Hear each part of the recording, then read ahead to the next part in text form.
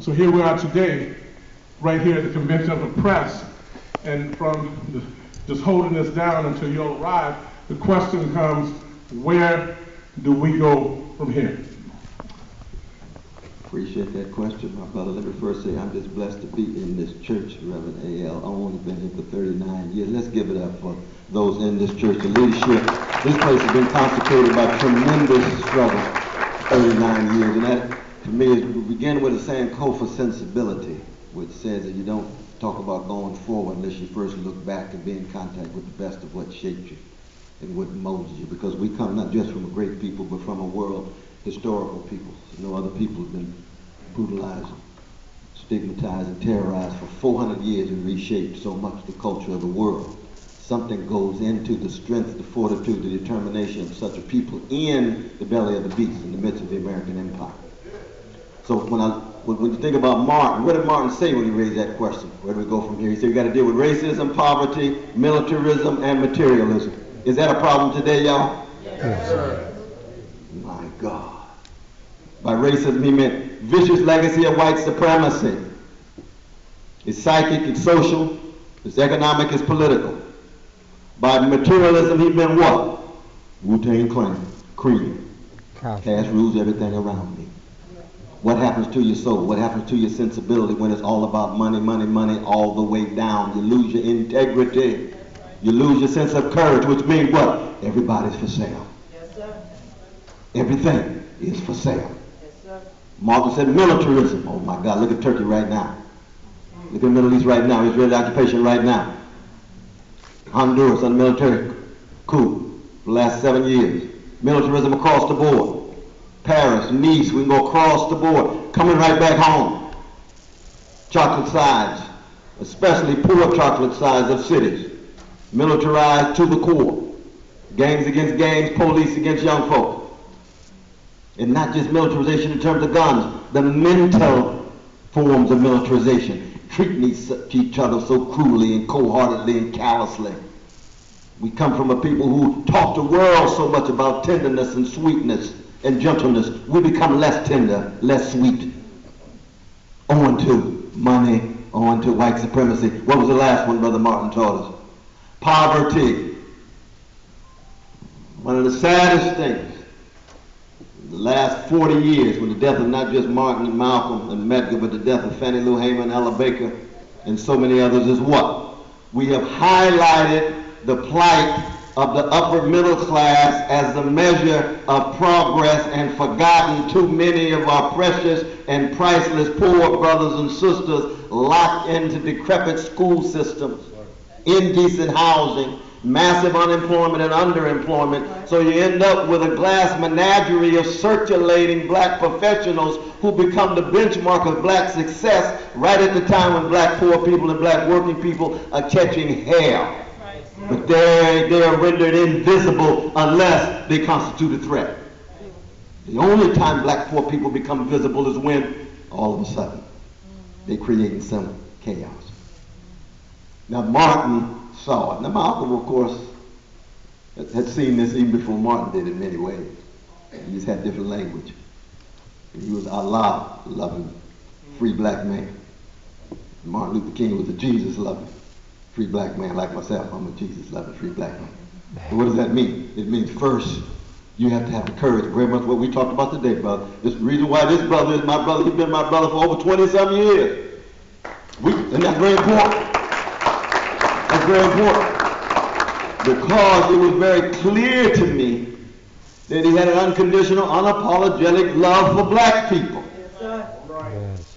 Black love historically has been a crime in a white supremacist civilization. Anybody who loves black people deeply means you hate the fact they're being treated unjustly. You loathe the fact they're being treated unfairly. And if you don't do something, the rocks are going to cry out. That's right. That's the history of the black freedom struggle.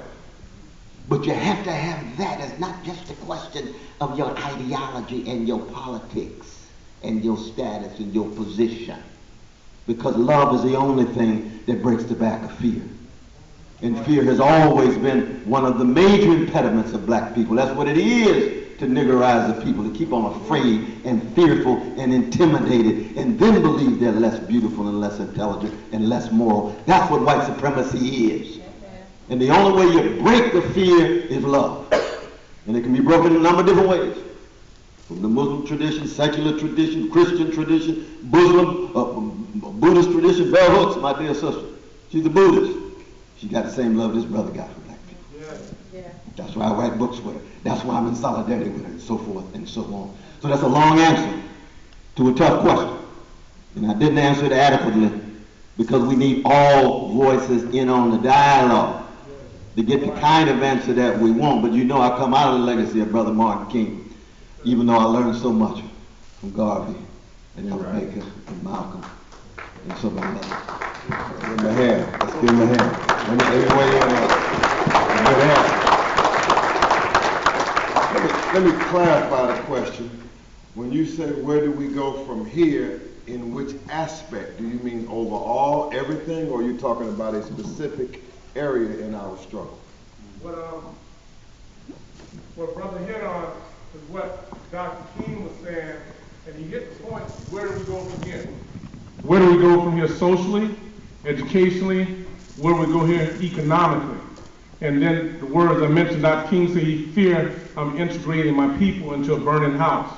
And I was just thinking the examples of that burning house is our babies are being shot down like dogs in the streets of America.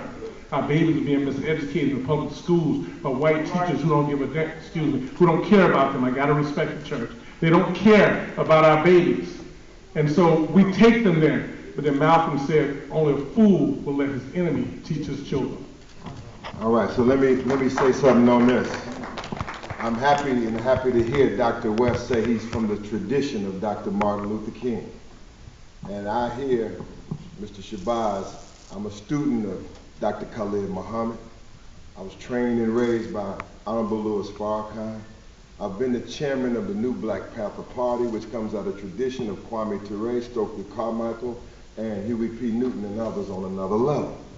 So that's what you call, in this time, black nationalism, Pan-Africanism, the black Muslim movement. And to here be with the disciples and the more radical disciples of Dr. King. And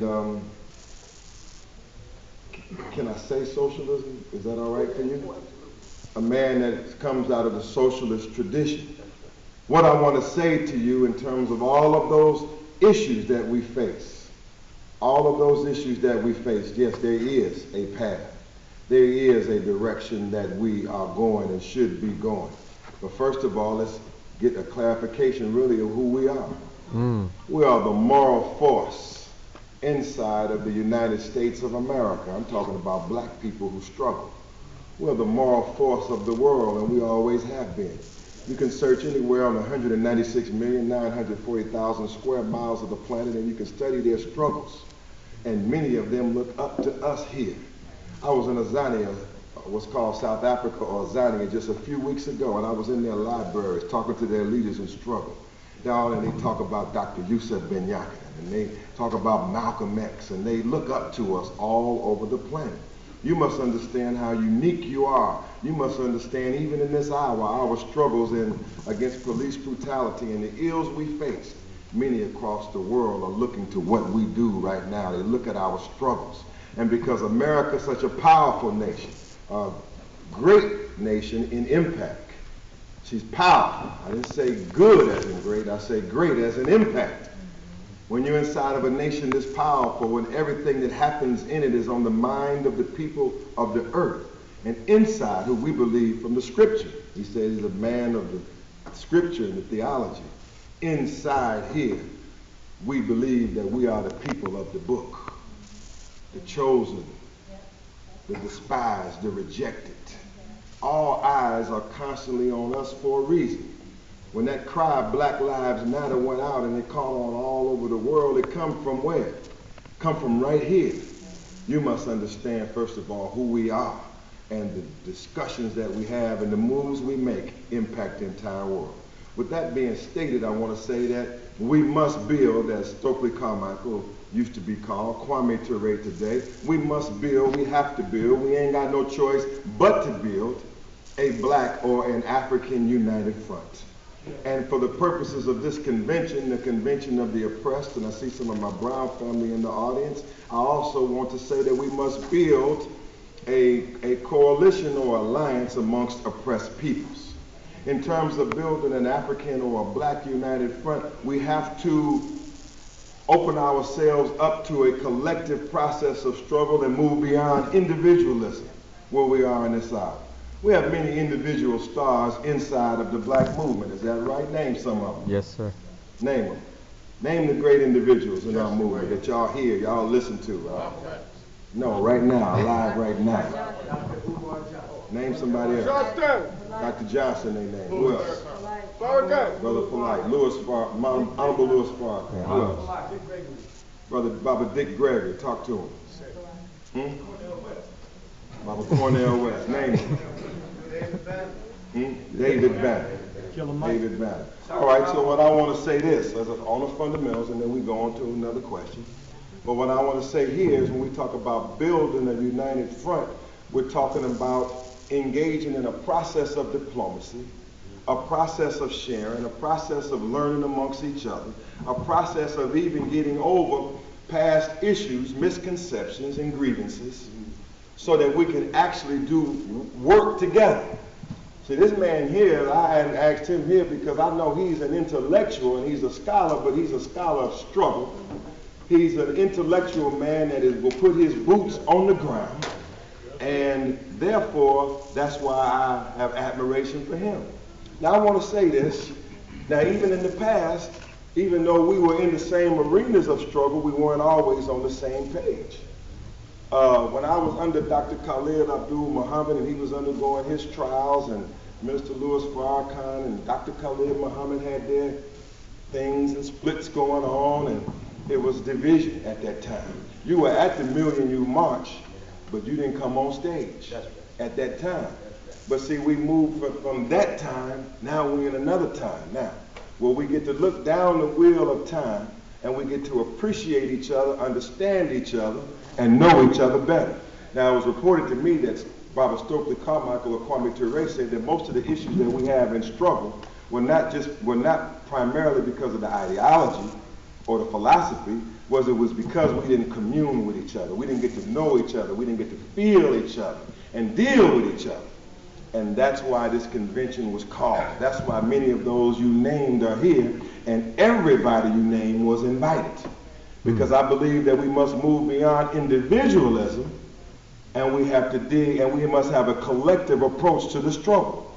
That this ain't about making an individual star or an individual career, or for somebody to get more likes or a following or a lecture or make some money. That benefits an individual.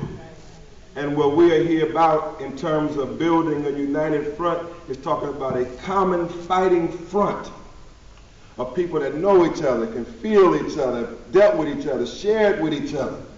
So that while we're out on that battlefield and giving our lives, we know that we can count on each other and get some progress done. Now, there's many things that we can do. Now, this united front is shaping. There are other fronts out there. But I'm here to tell you that we have achieved some goals while we're here. There were 22 organizations that sat at the hotel we were at yesterday. 22 organizations that sat at that table and passed 10 resolutions for this convention. And that represented progress for us because Brother Polite and New Covenant and I and all of the other younger groups, talk about a united front, it can't be dominated by just elders or people that are older.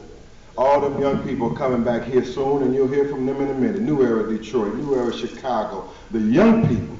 Y'all, I'm for young people taking over the mantle of the struggle. I'm not for them having to go through Masonic codes and rituals and a lot of hierarchy. I'm for supporting the young people. I paid for them to get here. I love them young people. We must build a united front. We are. What you're witnessing right now is historic to an extent because this man and I are not just going to share this rostrum.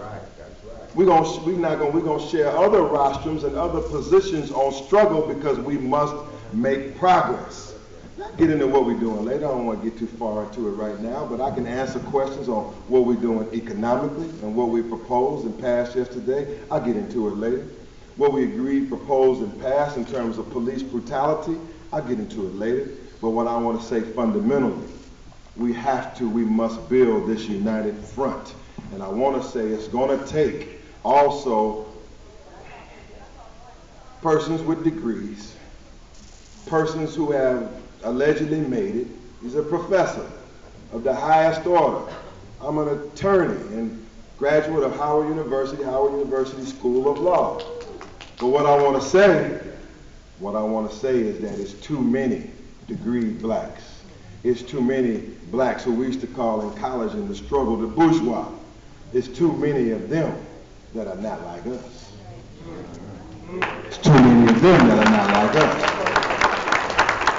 When we talk about a united front, we have a united front across class lines, economic lines, demographic lines.